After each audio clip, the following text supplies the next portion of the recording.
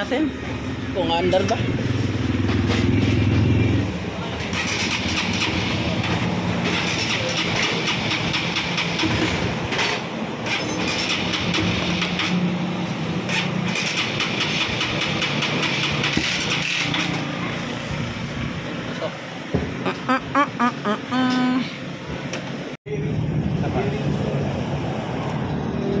Pag natanggal niya, okay, saluran.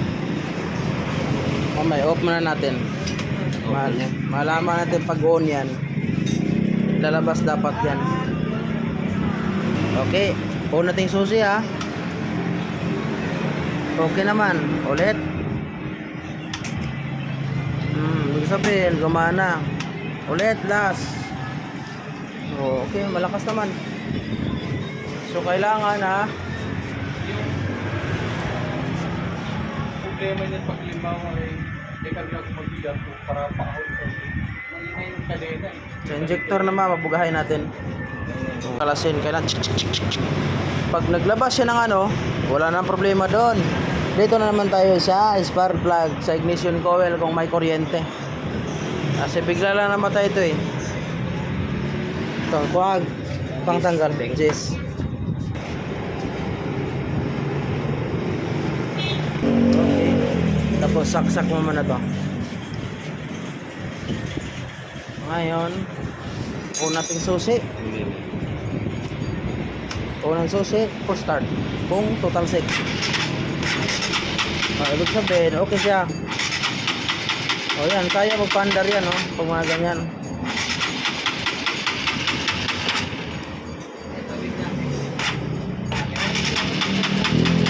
Kaya yan.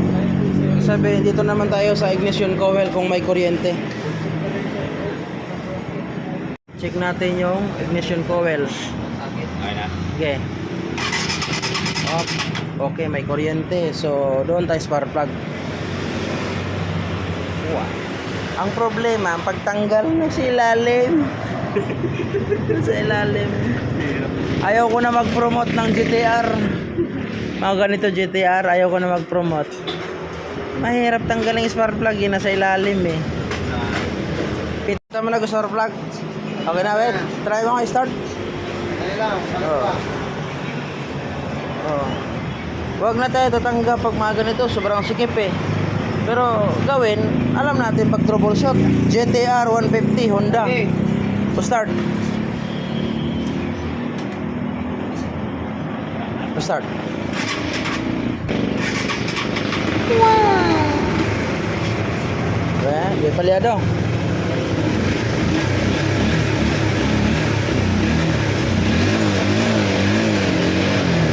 Okay, ang ginawa, troubleshoot.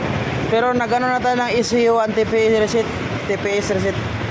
Iba, nag-reset tayo, tapos napalit na sila yung spark plug. Yun yung troubleshoot. Yung mayari, singilan natin ng 15,000 mali.